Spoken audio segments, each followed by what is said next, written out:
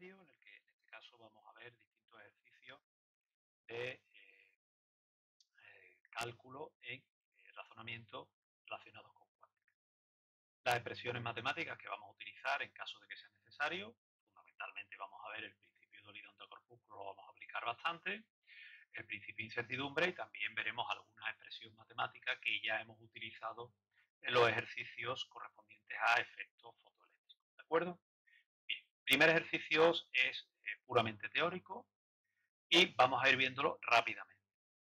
En el apartado A nos pregunta qué se entiende por dualidad onda-corpúsculo. Cuando a uno le dan ese enunciado se queda un poco así, como diciendo, bueno, ¿y aquí qué contexto? ¿Qué es lo correcto? ¿Hasta dónde tengo que llegar? ¿No? Bueno, aquí yo pongo un poco la idea global de qué es lo que habría que hacer. Pues básicamente decir que ese principio lo propone Louis de Broglie a raíz de la propuesta de dualidad de comportamiento de la luz como partícula y como onda, que eso lo extiende, ese carácter dual, lo que hace es extenderlo a toda la materia. Si queréis, pues enunciáis el principio, ponéis la expresión matemática con los términos que aparecen, la magnitud que lo relaciona con la onda y la magnitud que es la cantidad de movimiento que lo relaciona con el carácter corpuscular. Y por último, pues, cómo se comprueba experimentalmente ese experimento, con la difracción de electrones, y hacer referencia a que esa dualidad de comportamiento se observa fundamentalmente cuando la masa es muy pequeña y cuando los objetos se mueven, en este caso, estas partículas a altísimas velocidades. En el mundo macroscópico, en el que las masas son grandes, pues esa dualidad de comportamiento para la materia no se observa y tendrá carácter corpúscular. Nos vamos ahora al segundo apartado. Nos dice que si la energía cinética de una partícula aumenta, si aumenta o disminuye su longitud de onda asociada. Como vemos aquí, recordar que siempre hay que aplicar ecuaciones, citarlas, ponerlas para razonar, o principios, leyes o teorías. En este caso, nos dicen que si aumenta la energía cinética, como vemos aquí, ponemos la expresión, ¿qué le va a ocurrir? Pues que la velocidad de la partícula va a aumentar. Y ahora, como sabemos que la partícula aumenta su velocidad, si aplicamos el principio de dualidad, si su velocidad está aumentando, su cantidad de movimiento aumenta. Quiere decir que su longitud de onda va a disminuir. Por lo tanto, la longitud de onda asociada va a disminuir. Vamos ahora al apartado C. ¿Puede conocerse con precisión la posición y la velocidad de un electrón? Apartado D. ¿Por qué el principio de incertidumbre carece de interés en el mundo macroscópico? Pues básicamente esta cuestión nos la suelen poner casi conjunta, ¿no? Enuncia el principio de incertidumbre y comente qué conclusiones se sacan, enuncia el principio, escriba la expresión matemática y comente los términos que aparecen. Entonces, bueno, está dividida en dos partes y yo como tal lo voy a hacer, ¿vale? Pero bueno, os podéis quedar con lo que se pone en el apartado C y D como un todo, ¿de acuerdo? A la hora de que nos caiga una cuestión así amplia relacionada con el principio de incertidumbre. Bueno, lo primero, el apartado C, si se puede conocer con precisión, pues básicamente nos la están poniendo votando para decir que aplicamos el principio de incertidumbre de Heisenberg y lo que dice, ¿no? Es imposible conocer simultáneamente la posición y la velocidad, que siempre vamos a cometer un error a la hora de medir alguna de esas magnitudes. Si queremos ser muy precisos en una, cometemos error en la determinación de la otra. Por lo tanto, la respuesta va a ser no. No podemos conocer con precisión. Claro, esto queda así un poco abierto, porque uno puede decir, bueno, pero si estamos dentro del mundo macroscópico, sí. Entonces, por eso digo que queda un poquito amplia, ¿no? Entonces, ¿por qué carece de interés en el mundo macroscópico? Que sería la segunda parte, ¿no? Pues para ello partimos de la expresión matemática, como vemos aquí, y lo que hacemos es, de la expresión matemática, pasamos dividiendo la masa. Y ya, básicamente, lo que queda analizar es que si la masa es muy grande, es decir, nos acercamos al mundo macroscópico, el producto de errores tiende a cero. Con lo cual, si tiende a cero, se está cumpliendo el principio de correlación y, por lo tanto, estamos dentro de los límites de la mecánica clásica y sí voy a poder conocer con precisión tanto la posición como la velocidad o la cantidad de movimiento de una partícula. ¿De acuerdo? Bien, nos vamos al ejercicio 2, un ejercicio de razonamiento. Nos hablan en el apartado A que tenemos dos partículas, una que tiene una masa 275 veces mayor que la otra, que son pi y el electrón, y que tiene las dos la misma longitud de onda. Y nos pregunta cuál de ellos tiene mayor velocidad. Bien, lo primero, los datos del ejercicio, siempre, ¿vale? Después, como tenemos que llegar a la velocidad, pues para llegar a la velocidad tenemos que llegar a través del principio de dualidad onda-corpúsculo. Entonces, aplicamos ese principio tanto al electrón como al mesón pi, y lo que hacemos ahora es, o bien por igualación, sustitución o reducción, buscar una relación entre las velocidades. ¿Qué hacemos? Bueno, yo lo que he hecho es dividir ambas expresiones. Dividimos las expresiones, ¿de acuerdo? Aplicamos la condición que las longitudes de onda asociadas son iguales, aquí está, y que la masa del mesón pi es 275 veces la del electrón. Aquí está sustituido. Despejamos y vemos claramente que la velocidad del electrón es del orden de 275 veces mayor que la velocidad del mesón pi. Un protón y un electrón tienen la misma velocidad y nos preguntan si serán iguales las longitudes de onda de de Broglie de ambas partículas. Volvemos otra vez a los datos del problema. Primero, que ambos tienen la misma velocidad, y después no nos dicen, pero nosotros tenemos que saber que la masa del protón es mayor que la del electrón, del orden de 2000 veces mayor. Eso es algo que debemos conocer, no nos tiene por qué decir el ejercicio. ¿Qué hacemos ahora? Pues igual, aplicamos el principio de dualidad a ambas partículas, o bien igualamos por reducción, igualación, sustitución, como queráis. Yo lo que he hecho es dividir ambas expresiones y he aplicado la condición.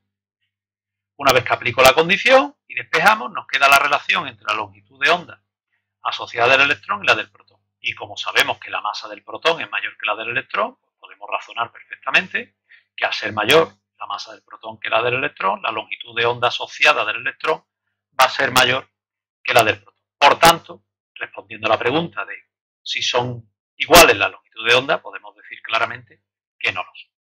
Vamos al ejercicio 3. Primer apartado teórico de razonamiento y segundo apartado práctico. Tenemos un electrón y un neutrón que se desplazan con el mismo valor de energía cinética. ¿Cuál de ellos tendrá un menor valor de longitud de onda asociada? Pues otra vez partimos de la condición del ejercicio. El ejercicio nos dice que tiene la misma energía cinética. Ponemos la expresión de cálculo de energía cinética e igualamos. Y nos queda esta relación que va a ser muy interesante. ¿Qué deducimos de ella? Hombre, que si la masa del neutrón, que nosotros debemos de saber que es mayor que la del electrón, pues la velocidad del electrón tiene que ser mayor que la del neutrón para que esta igualdad se cumpla. Esto lo tenemos aquí ya razonado. Ahora, volvemos a aplicar el principio de dualidad, pero a la hora de resolver matemáticamente vamos a hacer algo muy simple. Fijaros, si multiplicáis la expresión para el electrón por la velocidad del electrón, tanto en el primer miembro como en el segundo, para que se mantenga la igualdad, y en la del neutrón por la velocidad del neutrón, nos aparece el m sub e por v sub e al cuadrado y la del neutrón. Es decir, lo mismo que nos aparece en la ecuación que antes hemos llamado ecuación 1. Evidentemente se podía haber resuelto igualando por reducción sustitución sin hacer esto, pero es verdad que de esta forma se simplifican muchísimo los cálculos. ¿Qué hacemos ahora? Pues buscar la relación. Dividimos ambas expresiones y sustituimos la ecuación 1 aquí. Cuando hacemos esa sustitución, se nos va, como vemos aquí, hemos sustituido la masa del neutrón por la velocidad del neutrón al cuadrado por su relación, ¿de acuerdo? Y la constante de Planck se va y nos queda pues esta relación. Como sabemos del análisis previo de esta expresión, de que sabemos que la masa del neutrón es mayor que la del electrón, por lo tanto la velocidad del electrón tiene que ser mayor que la del neutrón, pues perfectamente podemos responder que la longitud de onda asociada al electrón va a ser mayor que la del neutrón. ¿De acuerdo? Muy bien. Vamos ahora al apartado B. El apartado B es un problema de cálculo. Nos pide que calculemos la longitud de onda asociada.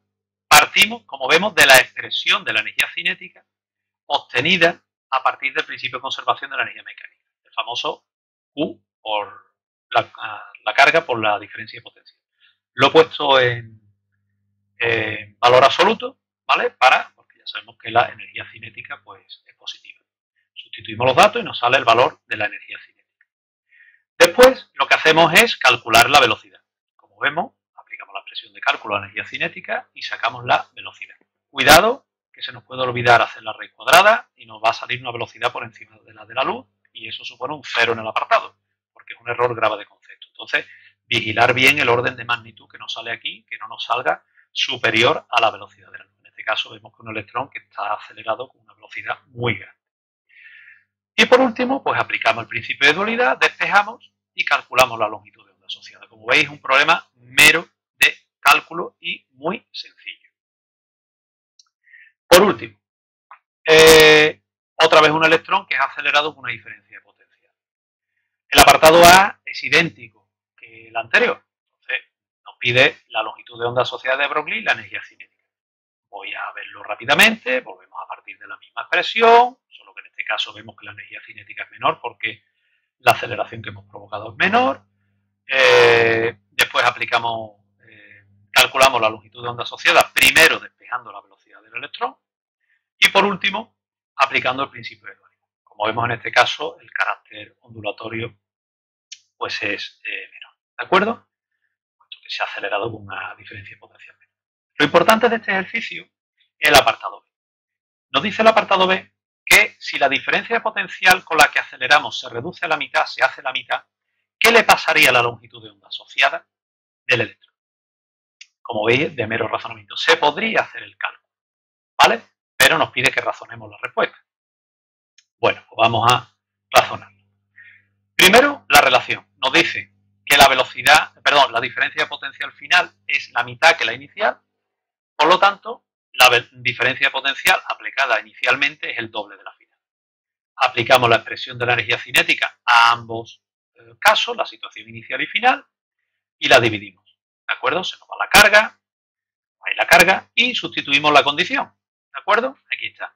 Al sustituirla y dividir, se nos va la carga y se nos va la diferencia de potencial. Nos queda que la energía cinética inicial va a ser el doble que la final. Era algo evidente, ¿no? Pero bueno, hay que razonar.